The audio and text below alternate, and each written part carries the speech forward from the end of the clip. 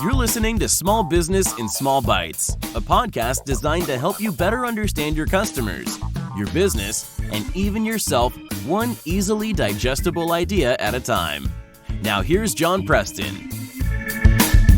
I want to start today with a very simple question. What is your brand? Now, truth is, that is not a simple question at all. Because a lot of times what we think our brand is and what we want our brand to be is not the same as it really is. Because a lot of times the public views our business entirely different when we think they do. So first of all, what is brand? Well, your brand is that immediate reaction or thought that people have when they hear about your business. When I hear the word State Farm, I immediately think like a good neighbor. That's the immediate reaction, and they've spent a lot of money to make me do this. Because here's the thing. If that immediate reaction is positive, your business is on solid ground and ready to grow. If that initial reaction is negative, you have an uphill struggle ahead of you. And one of the things I tell business owners over and over and over again is you have to control your brand. Because if you don't, you're leaving it at the whims of the community, and they can perceive a lot of things in very, very wrong ways. Perfect example. There is a countertop company here in town, granite countertops, marble, that sort of thing, that does incredible work. They're very good at what they do. They only use the best stone, and as a result, they're more expensive than everybody else. And their brand that they want the community to remember is, yes, we're a little higher, but we're a lot better. And that's the message they want to send to the community. However, they don't do a lot to promote that. And a few weeks ago, I was at a church supper, and I'm sitting there with 2 or 3 other couples, and one of the couples starts talking about the new countertop they had installed. And I asked them where they got it. And they said, they gave me the name of a business in a town about 40 minutes away. And I asked them, well, why don't you use these local guys? And their immediate reaction without hesitation was, oh my God, they're too high. Did they say I can't afford them?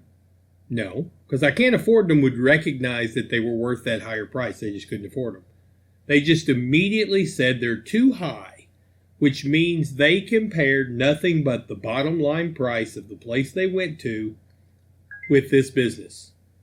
And that means the brand in their minds wasn't this place has high quality, but it costs a little bit more. It was they're just too high.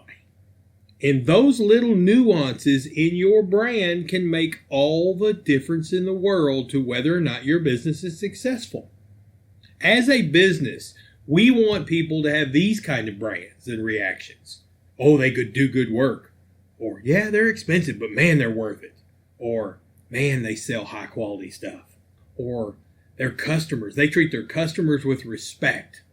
Or, when I hire them to do a job, I know it's going to be right. I mean, those are the kind of brands that we want our business to have. Because let me tell you, if you've got one of those brands, all the Google reviews in the world that are negative aren't going to change those people's mind. They know what they think about you, and the opinion of a total stranger isn't going to change that.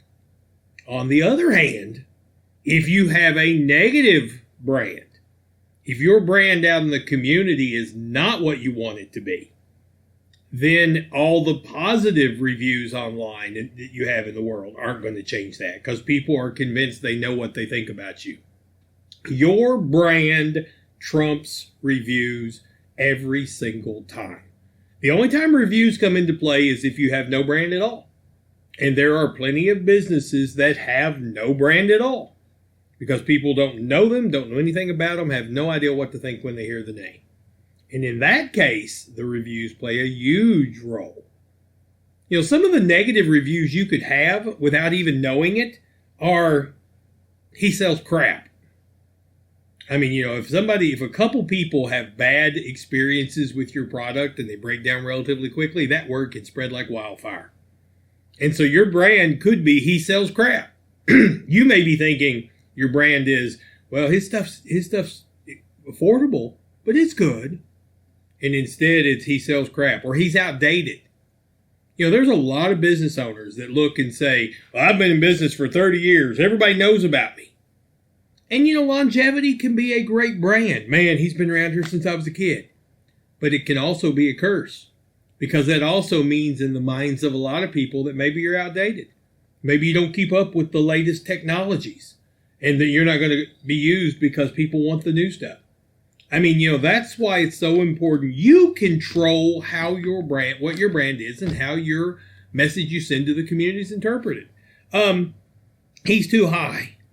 He treats women badly. My gosh, one experience online where you treat a customer badly can establish your brand in an instant if you're not controlling it. He thinks he's better than everybody else. That's another one that people often will do. You think you're doing great work and maybe you just don't come across nice. Or he provides poor service. He never answers his phone or he never returns phone calls. Those are brands. Those are brands which are death nails for your business. He used to be good. Now he doesn't do such good work anymore. Or he's just not a nice person. Those are the brands that are out there for a lot of businesses. And the businesses don't even realize it. And they look up one day and wonder why customers aren't walking in the door.